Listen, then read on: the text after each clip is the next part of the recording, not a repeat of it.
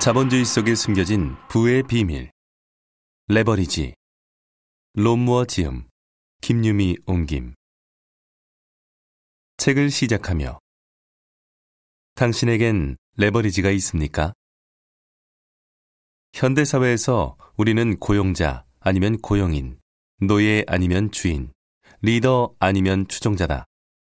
각 개인은 다른 개인을 섬긴다. 한쪽은 레버리지하고 다른 한쪽은 레버리지 당한다. 아무도 당신을 위해 일하고 있지 않다면 당신이 다른 사람을 위해 일하고 있는 것이다. 그들은 당신으로부터 돈을 벌고 있다. 대부분의 사람은 시간과 돈이 정비례한다고 생각한다. 그러나 백만장자, 억만장자들은 그것들이 반비례한다는 사실을 알고 있다. 이제 우리는 더 열심히, 더 오래 일하라는 사회의 명령에 의문을 제기해야 한다. 이 책은 남들과 다른 삶을 살아가려는 사람들을 위한 책이다.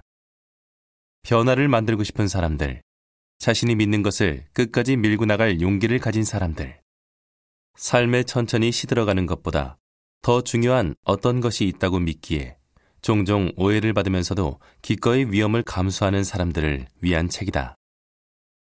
이 책을 쓸 수 있도록 도와준 훌륭한 연구원이자 친구인 수니프에게 감사한 마음을 전한다. 더불어 나의 비즈니스 파트너이자 조력자인 마크 호머, 나에게 자유를 선물해주는 사랑하는 아내 제마, 매일 새로운 힘을 불어넣어주는 팀원들, 많은 조언과 제안을 아끼지 않았던 프로그레시브 커뮤니티에 영광을 전한다. 그리고 독자 여러분에게 감사를 전한다. 당신은 열정적이고 집중력 있고 직관적이고 성장할 준비가 되어 있는 훌륭한 사람이다. 나를 당신의 여행에 동반자로 초청해 준 것에 대해 진심으로 감사한다. 이제 곧 우리의 여행이 시작될 것이다.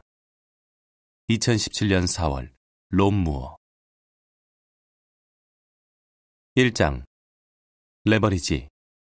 부의 지렛대를 만드는 힘. 성공의 기본 법칙은 깨졌다.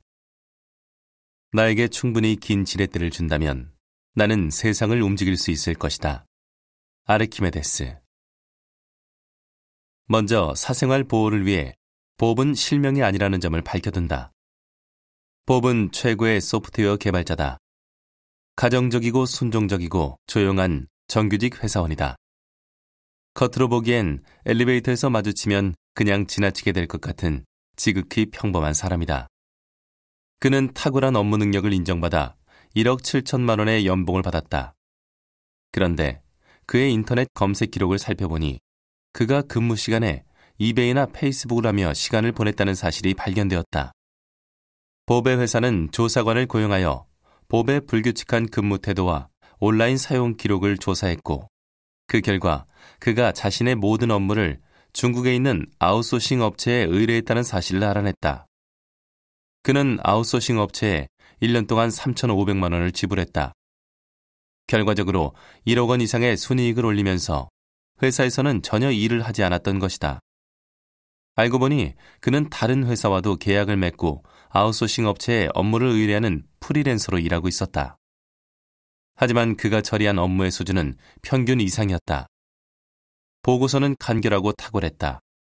그러나 그는 결국 해고되었다. 만일 5년 전에 내 회사에 봅 같은 직원이 있었다면 나 역시 그를 해고했을 것이다. 하지만 똑같은 상황이 지금 발생한다면 오히려 그를 승진시키고 그가 아웃소싱 업체와 계약을 맺고 일을 처리한 방법을 배워서 다른 분야에 적용했을 것이다.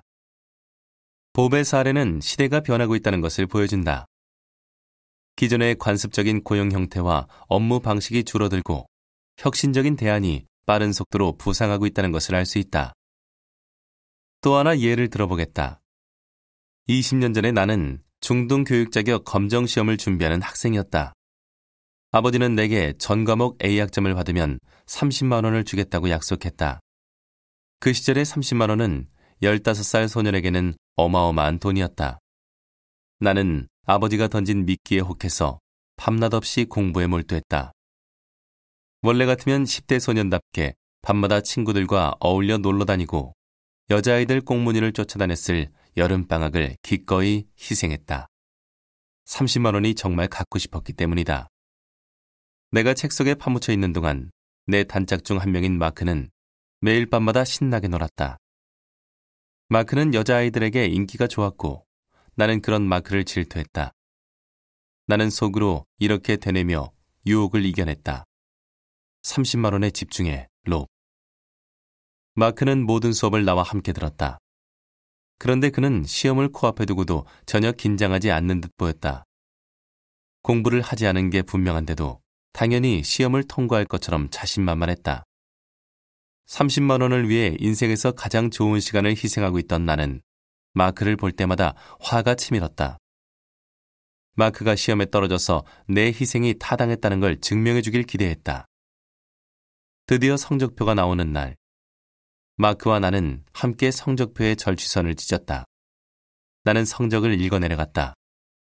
AAAAAA. 아, 드디어 해냈다. 자랑스러워하실 아버지의 모습이 떠올랐다. 이제 마크의 차례였다. 마크가 성적표를 펼쳐 성적을 읽었다. AAA, BAB. 이럴 수가. 어떻게 된 거야, 마크? 넌 공부를 전혀 안 했잖아. 아니야, 넌 공부를 했던 게 분명해. 나는 놀라서 소리쳤다. 알고 보니 마크는 내 답안지의 대부분을 베꼈던 것이다. 그런데도 그는 그 사실을 숨기거나 부정하려고 하지 않았다. 오히려 자랑스러워했다. 그는 당당하게 말했다. 넌 좋은 성적과 30만 원을 얻었잖아. 난 좋은 성적과 5명의 여자친구를 얻었고 내 인생 최고의 한 해를 보냈어. 나는 이 일로 인해 심각한 좌절감에 빠졌다. 시스템과 실제 세계의 괴리에 대해 고민했다. 마크가 부정행위를 한 사실이 발각됐다면 그는 아마도 정학이나 퇴학을 당했을 것이고 성적도 취소되었을 것이다. 법처럼 부정행위자라는 낙인이 찍혀 웃음거리가 되었을 것이다. 그것이 교육 시스템의 원칙이다. 대부분의 사람이 이 의무를 지키며 학창시절을 통과한다. 그러나 나는 12년이 지난 후에야 이 사건의 진정한 교훈을 깨달았다. 법과 마크의 이야기는 실제 비즈니스 세계에서 레버리지가 무엇인지를 보여주는 사례였다. 아직도 휠체어 탄 백만장자가 부러운가? 당신이 만약 16년 동안 공부하는 교육 시스템을 통과하고 그 과정에서 수천만 원의 빚을 지고 직업 피라미드에서 가장 밑바닥인 저임금의 일자리를 구한 다음 40년 동안 천천히 고통스럽게 일하는 삶을 원한다면 이 책은 당신을 위한 책이 아니다. 또한 열심히 일하면서 사랑하는 사람들과 함께 보내는 시간을 희생하고 추가 근무를 하고 돈을 저축하면서 행복과 자유를 모두 나중으로 미루는 삶을 살기 원한다면 이 책은 당신을 위한 책이 아니다. 할 일은 너무 많고 여유 시간은 너무 적다고 불평하면서 강제적이고 통제 불가능한 삶을 살기 원한다면 이 책은 당신을 위한 책이 아니다. 레버리지는 당신이 살아있음을 느끼지 못하게 만드는 모든 것을 아웃소싱하는 기술이다. 레버리지는 당신의 목표와 비전에 따라 당신의 삶을 살아가는 태도다. 레버리지는 돈을 벌고 지속적인 변화를 만들어내기 위해 당신의 가치를 우선하고 그 외의 모든 것을 줄이거나 제거하는 기술이다. 레버리지는 당신의 시간을 가장 크고 지속적인 부를 창조하는 데 사용하고 당신이 할 수 없거나 하기 싫지만 성취하기 위해 해야만 하는 시간 낭비를 근절하는 시스템이다. 레버리지는 당신이 잘하는 일을 수행하고 당신이 잘하지 못하는 모든 것을 위임하는 기술이다. 레버리지는 정신없이 바쁜 순간에도 당신의 머릿속에 목표와 비전, 우선순위를 명확하게 상기시킴으로써 더 높은 수준을 향해 나아가는 삶의 방식이자 철학이다. 레버리지는 다른 사람의 문제가 당신의 문제가 되는 것을 허용하지 않으며 행복과 성취를 절대 나중으로 연기하지 않고 지금을 즐기도록 돕는다. 끊임없이 열심히 일하는 것과 희생의 규칙을 깨뜨리고 관습과 일을 수행하는 방식에 의문을 제기하고 중복과 시간 낭비를 배제하며 높은 수준의 성공과 성취로 향하는 현실적이고 실제적인 지름길이다. 레버리지는 30년에서 40년 후 좀처럼 찾아오지 않는 한 번의 긴 은퇴 생활을 즐기기 위해 살아가는 것이 아닌 지속적으로 짧은 은퇴 생활을 즐기는 라이프 스타일이다.